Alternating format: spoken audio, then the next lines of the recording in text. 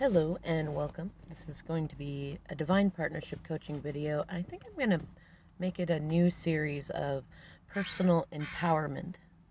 Yes, I think the crows like that. And what I'm thinking about today, I think I'm going to title this one The Power in Making Everything Your Own Fault. But it's kind of a misnomer because, there's plenty of people that will, and I am example number one. I have been the kind of person in the past who took everything on as my fault in a negative way. Like, it's all my fault. People don't like me. I'm not organized. I'm not pretty. I'm not in shape. I'm not a great mom. Like, just, negative self-talk. I even have a hard time going there now, which I think is really great. But the funny thing is like when you start getting into being more self-referencing and self-possessed, and you get into things like law of attraction or Eckhart Tolle's power of now, if you start going to counseling and you start getting more into dealing with attachment traumas and dealing with the stress tolerance, you start to recognize that there is a certain power in only looking at what you can always control, which is yourself. And there's also a certain power in not worrying about what others do. As Abraham Hicks says, just remove everybody else from the equation. The important thing is to focus on you and your connection with spirit or source, or the pantheon, whatever version that you want to go towards. What feels like home to you spiritually, your connection to your inner being and to the wider universe. That's really what matters. I joked with a friend of mine the other day that, like, in my world it's all about me, and I was being cheeky, but it's also true in a sense. And I've learned that from learning to look at, it's hard, sometimes it's hard just to change the language, because by saying everything is my fault, there's stigma to that. It really shouldn't be. You just remove the emotion from it. Everything is my fault. That's great, because that means that I have the power to change things that are, like, if it's my fault, if I did it either by manifesting it or thinking about it or by some actions that I took or some bad habits that I have, then I have the power to change that. I can say, oh, you know what? I have this bad habit and I want to have a good habit. I want to replace that with a good habit. And if I can see exactly what it is, like I'm doing ABC because I'm hanging out with certain people that make me feel inferior, then I'll stop hanging out with those people and I'll start looking for and manifesting people that I feel better around, and then thereby removing that. But if the XYZ problem is still there, then I know, okay, it's not that what I did was wrong.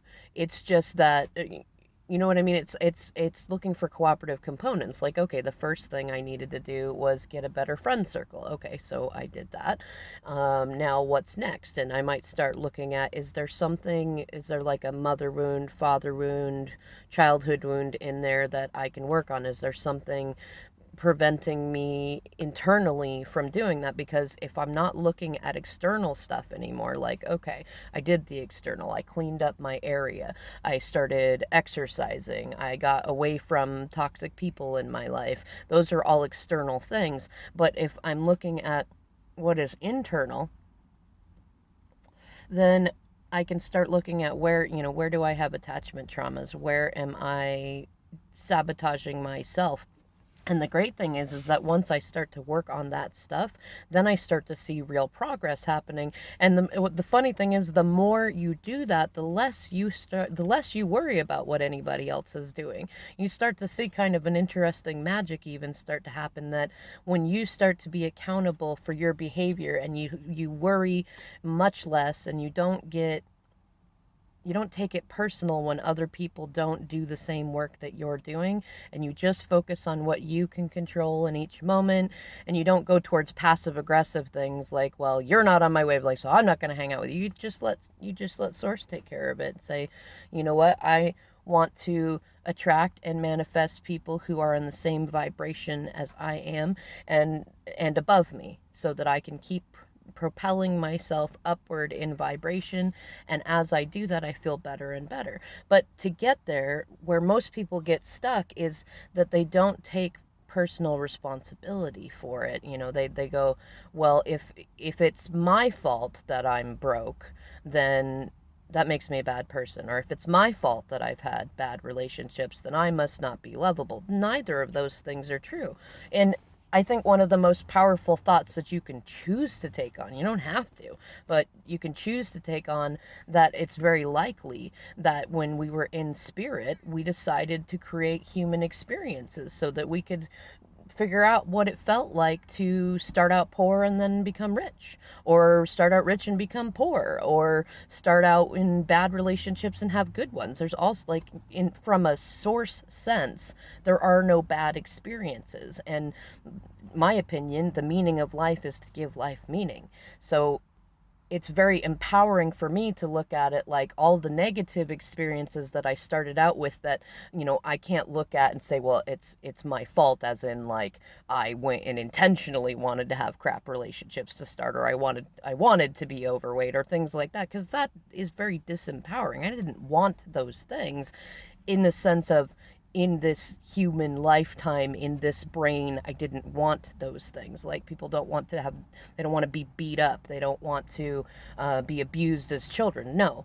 But it does very much make sense that if you want to have an experience as a spirit of what it's like to heal yourself, to find your way back to spirit, to have personal empowerment and self-worth, that the stronger and more negative the early experiences are, then when you wake up, the stronger and more positive the experiences are on the way up.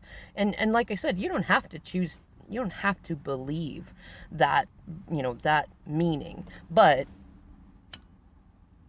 I do challenge you to look at what you do believe, because sure, it does no good to say everything's my fault, like I earned this. No, that's not very helpful. And if you got really, really hurt at a young age, physically and or emotionally, because they're all very profound experiences and they're all very important, you don't want to take it on and be like, well, it's my fault that I had that. But you can just tweak the way you think about it just a little bit, and look at it like, okay, if nothing else, when you were a child, you couldn't control what happened around you. And before you awakened, I don't care if you're like 20 or you're 200, like, if you did not know that you could control things, if you did not know you were a manifester, or, as Divine Maverick says, a creatrix, if you didn't know that, then it's not, give yourself grace. You didn't know. We all do the best that we can with what we know how to do at the time. And now that you know, now that you have that inkling in there, you can do that. You can rewrite the past, you can write the future, rewrite the future, you could jump timelines, you could, like, what I love is, like, even quantum physics is turning on its head all the things that were previously considered absolutely nuts. Like, anything is possible in this reality. That is the really, really great thing. But in order to get access, to be able to do the anything is possible stuff, you first have to get to a place where you can recognize that everything that is in your vibration, you're calling to you for a certain experience, for a certain learning lesson. If you've got somebody you love who is not reciprocating that love, there's a lesson in that. If you've had bad relationships, there's a lesson in that. If you're having trouble with money, there's a lesson in that, lessons in that. If you have negative self-talk, there's lessons in that. If you feel flighty whenever you have genuinely loving relationships, there's lessons in that. There are lessons in it. And if you look at life as a set of experiences and lessons that you get to give meaning to, and you decide to start giving it, not necessarily, I'm not a fan of, like, being blissed out. They don't all have to be positive meanings. But for me, when I look at contrast, like having to wait when I don't want to wait, or having a crappy experience with the people I love, or delays, or going into dark nights of the soul, like I would rather look at it like that contrast is part of what makes these good moments feel so good. Like when you see a rainbow after it's been, it's been raining and crappy for days, or with all the smoke we have going on around, like when you can see a clear blue sky after a yellow haze of smoke from wildfires, like that's beautiful. And how often do you really notice the clear blue sky and appreciate it? Alright, I'm going to go ahead and end this video here. Please let me know if you would like any more specifics on this particular video or any personal empowerment topics. I'm going to keep working on them as I can. They're still kind of a work in progress, but I love reaching out. I love sharing these thoughts, and I love your feedback. I love everybody that's coming in and encouraging this, because, I'm not speaking this stuff because I've never been through bad experiences. I'm speaking it because I've been through a lot of them. And when I say there's power in making it your fault, I mean it. Like, I'm living that, and I'm happy to coach anybody through that. I do that the same as I do with my readings. They're by donation only, and I leave my email in the description boxes below so that people can reach out whenever they want. Please do.